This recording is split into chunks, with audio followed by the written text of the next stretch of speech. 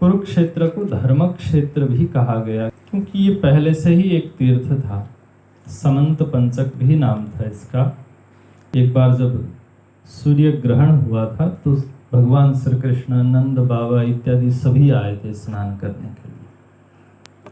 और एक दृष्टि ये भी है कि हमारी सनातन धर्म में एक कोई ऐसी स्थिति भी स्वीकार की गई है कि जहां पर युद्ध करना भी धर्म हो सकता है और युद्ध न करना अधर्म हो सकता है।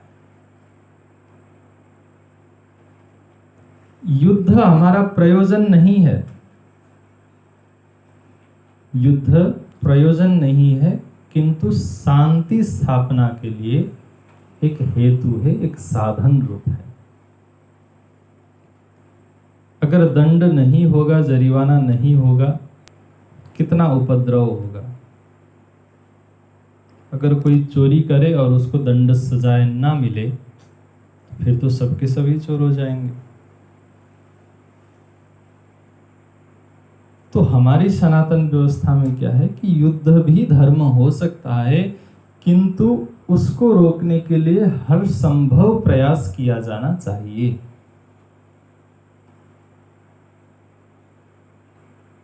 पांडवों की ओर से, ऋषियों की ओर से, वेदव्यास जी की ओर से, भीष्म पितामह की ओर से, महात्मा विदुर जी की ओर से इस महाभारत युद्ध को टालने के लिए हर संभव प्रयास किया गया।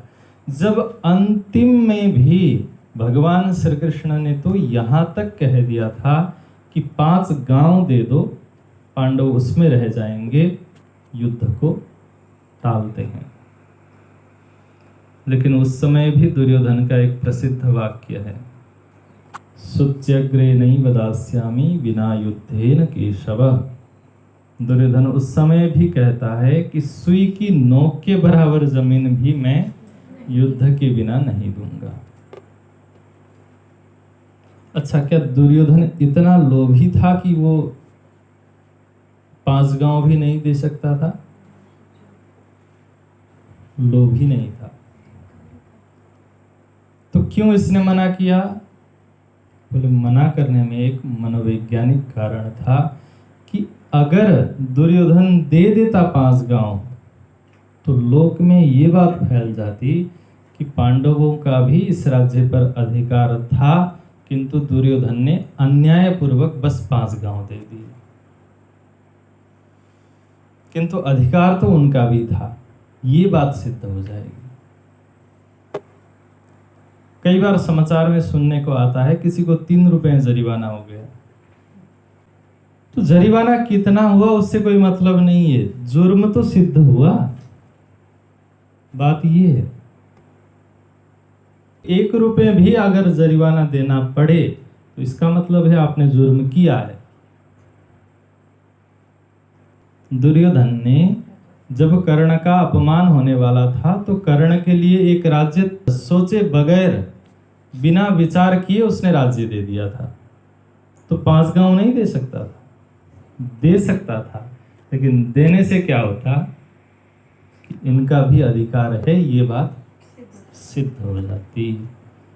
इसलिए दुर्योधन ने क्या कहा, सुत्यग्रे नहीं वदास्यामि विना युद्धेन केशव। अगर तुम लेना चाहो तो युद्ध करके जिद करके लो, और नहीं लेना चाहो तो मेरा राज्य है। क्योंकि उसको कोई डाउट ही नहीं है इस विषय में कि मैं यहाँ का राजा होने वाला हूं। तो बात ये थी। भगवान श्री कृष्ण ने यहां तक प्रयास करने पर भी जब महाभारत को नहीं रोका जा सका, तब जाकर के युद्ध करना भी धर्म हो गया। जैसे हमारे शरीर में स्वास्थ्य का रहना लक्ष्य है, हमारे शरीर में कहीं पर भी दर्द ना रहे यही लक्ष्य है, लेकिन ये लक्ष्य के होते हुए भी कभी कभी हम अपने किसी एक अंग को काट देते हैं। क्यों काटते हैं? बाकी के अंग सुरक्षित रहें।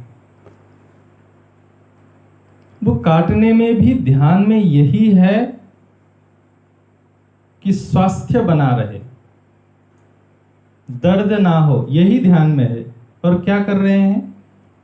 काट रहे हैं। हाथ की बात करें, पैर की बात करें, बहुत जरूरी अंग है, लेकिन किसी एक अवस्था में व्यक्ति काटने को भी तैयार हो जाता है। किस लिए? शरीर के स्वास्थ्य के लिए। तो उसी प्रकार शांति को बनाए रखने के लिए, धर्म को बनाए रखने के लिए भी कभी कभी युद्ध अनिवार्य हो जाता है।